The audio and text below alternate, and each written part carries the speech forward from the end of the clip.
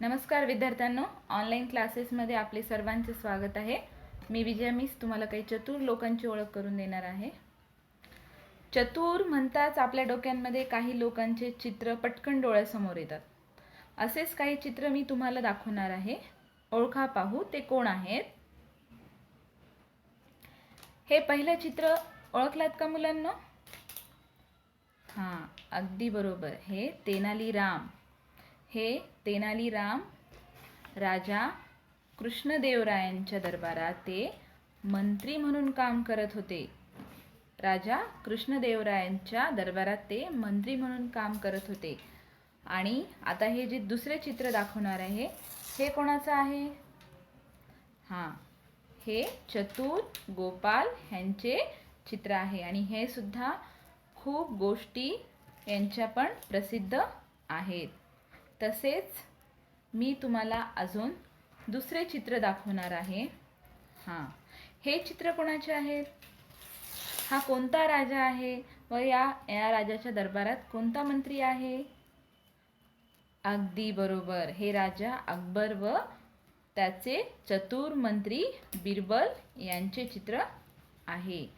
तर विद्यार्थी मित्र हो, आज आपण अशाच एका अकबर आणि बिरबलाच्या गोष्टीचं आपण वर्णन समजून घेणार आहोत। आपण लहानपणी बऱ्याच अशा तर विद्यार्थी मित्रांनो, आज आपण अशाच अकबर आणि बिरबल यांच्या गोष्टीचं आपण वर्णन समजून घेणार आहोत। तर या चित्रामध्ये तुम्हाला अकबर, बिरबल तसेच त्याच्यामध्ये जे पात्र आहेत त्या पात्रांची मी तुम्हाला ओळख करून देणार आहे। हे अकबर बिरबलाचं चित्र आहे, बरोबर? विद्यार्थी मित्रांनो, तर या चित्रामध्ये आपल्याला अकबर आणि बिरबल दिसलेले आहेत। तसेच या पाठामध्ये 3 मुख्य पात्र आहेत। या पाठामध्ये 3 मुख्य पात्र आहेत, राजा अकबर, बिरबल आणि त्यांची मुलगी। या पाठातून आपल्याला खूप काही घेता येते आणि आपण ते पाहूयात।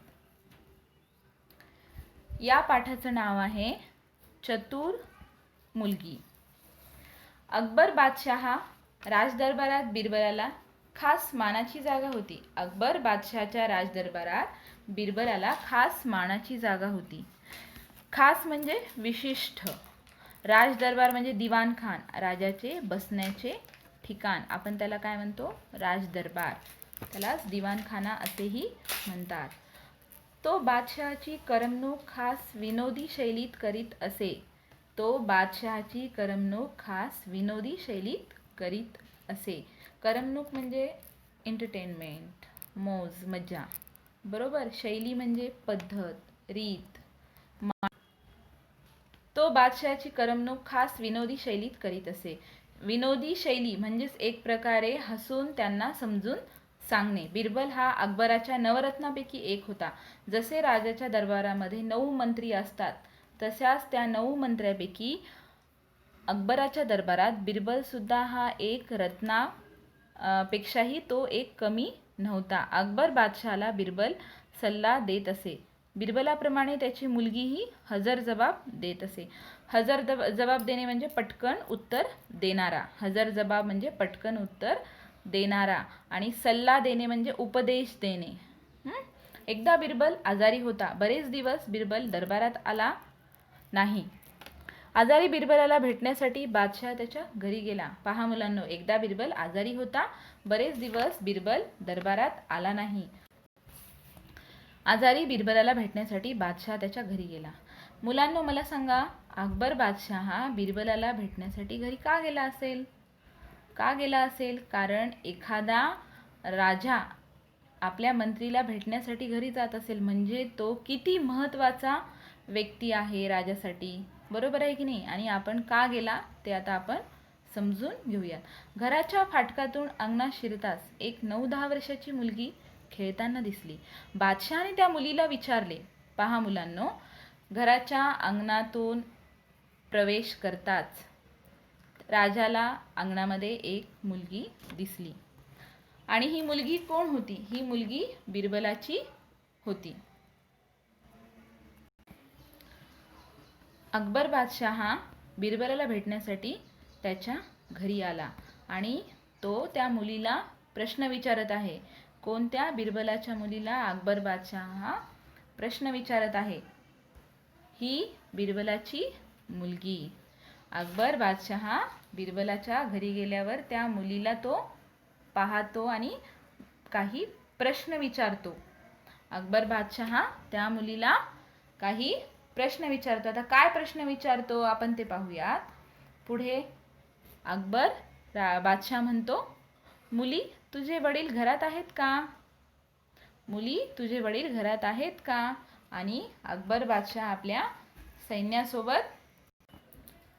बादशाह सैनिकासोबत बिरबलाच्या घरी गेला आणि त्याच्या मुलीला भेटल्यावर तो तिला प्रश्न विचारतो. तो कोणत्या भाषेत विचारतो आपण ते पुढे पाहूयात या चित्राद्वारे. या चित्रामध्ये आपल्याला इथे बिरबलाचे घर दिसत आहे. बरोबर आहे. या चित्रामध्ये आपल्याला बिरबलाचे घर दिसत आहे आणि घराच्या समोर बिरबलाच्या त्याची मुलगी अंगणामध्ये खेळत होती. आणि मग पुढे अकबर बादशाह विचारतात त्याच्या मुलीला की बेटी तुझे वडील घरात आहेत का? तर मुलगी म्हणते हो आहेत, आज झोपलेत. चला आज जाता जाता बादशाहने त्या मुलीला उर्दूत 2-3 प्रश्न विचारलेत. उर्दू ही एक प्रकारे लँग्वेज आहे. जसं मराठी, हिंदी, तेलुगू, तमिळ, इंग्लिश, त्याच प्रकारे उर्दूसुद्धा ही एक प्रकारे लँग्वेज आहे.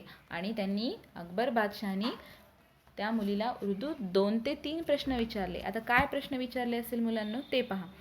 त्या मुलीने सर्व प्रश्नांची उत्तरे चांगल्या प्रकारे दिली. कोणत्या भाषेतली? उर्दू भाषेतली. बादशाहला आश्चर्य वाटले. मी तर उर्दू बोललो हिच्याशी. बादशाह म्हणाला, बेटी तुला तर उर्दू चांगले येते.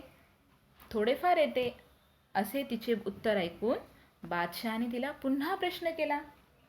ती काय म्हणाली? थोडेफार येते. हे तिचे उत्तर ऐकून बादशाह तिला पुन्हा प्रश्न केला. पुन्हा प्रश्न काय केला पहा आता. अकबर बादशाह बिरबलाला भेटण्यासाठी घरी आला आणि त्याच्या खोलीमध्ये जात तो त्यांच्या मुलीला प्रश्न विचारला की कोणत्या भाषेत विचारला? उर्दूमध्ये. आणि तिनं त्या भाषेमध्ये चांगले उत्तर दिले. आणि ती त्याला काय म्हणते की मला थोडेफार येते उर्दू, मला पूर्ण येत नाही पण मला थोडेफार उर्दू येते. थोडेफार म्हणजे नेमके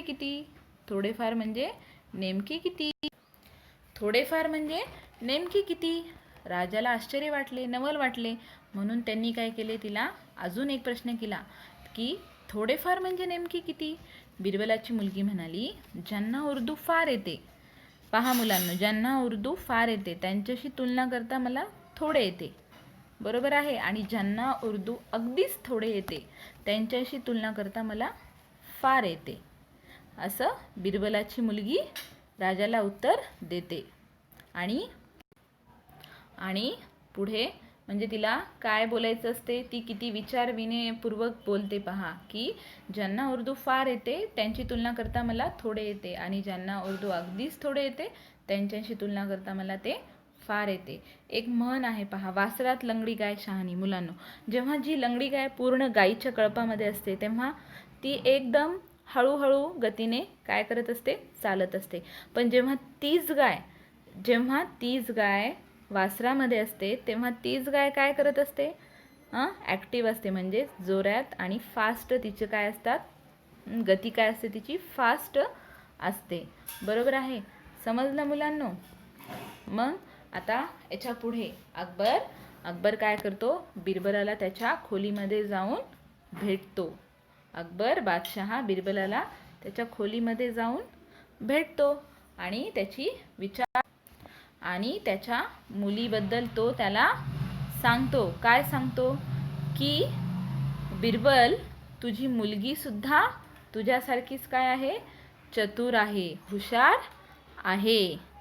आता पहा, बादशाह तिच्या उत्तराने एकदम खुश झाला. आत्ताच मी तुम्हाला सांगितलं, ती उर्दूमध्ये बोलते आणि ती त्याचे उर्दूचे काय देते? एकदम व्यवस्थित विचार करून उत्तर देती. बोलत बोलत बादशाह बिरबलाच्या खोलीत पोहोचला. त्याची चौकशी केली. कुणाची? राजाने बिरबलाची चौकशी केली. निघताना बादशहा म्हणाला, पहा आता बोलत बोलत बादशाह बिरबलाच्या खोलीत पोहोचला. खोली म्हणजे त्याच्या रूममध्ये पोहोचला. त्याची चौकशी केली. चौकशी कोण केली? कोणाची? बिरबलाची. चौकशी म्हणजेच विचारपूस करणे, कारण तो आजारी होता. तो त्याला विचारपूस करायला आलेला होता. निघताना बादशाह म्हणाला. आता तो त्याची विचारपूस करून निघाला. कोण? अकबर बादशाह. आणि त्याला म्हणाला, बिरबल, तुझी मुलगीसुद्धा बोलण्यात तुझ्यासारखीच पटाईत आहे बरं का. पटाईत म्हणजे हुशार, तरबेज, एक्सपर्ट, आपण जे म्हणतो की नाही तसं. पटाईत म्हणजे एक्सपर्ट, तरबेज. बरं का, म्हणतात ना, बाप तशी बेटी, ते अगदी खरं.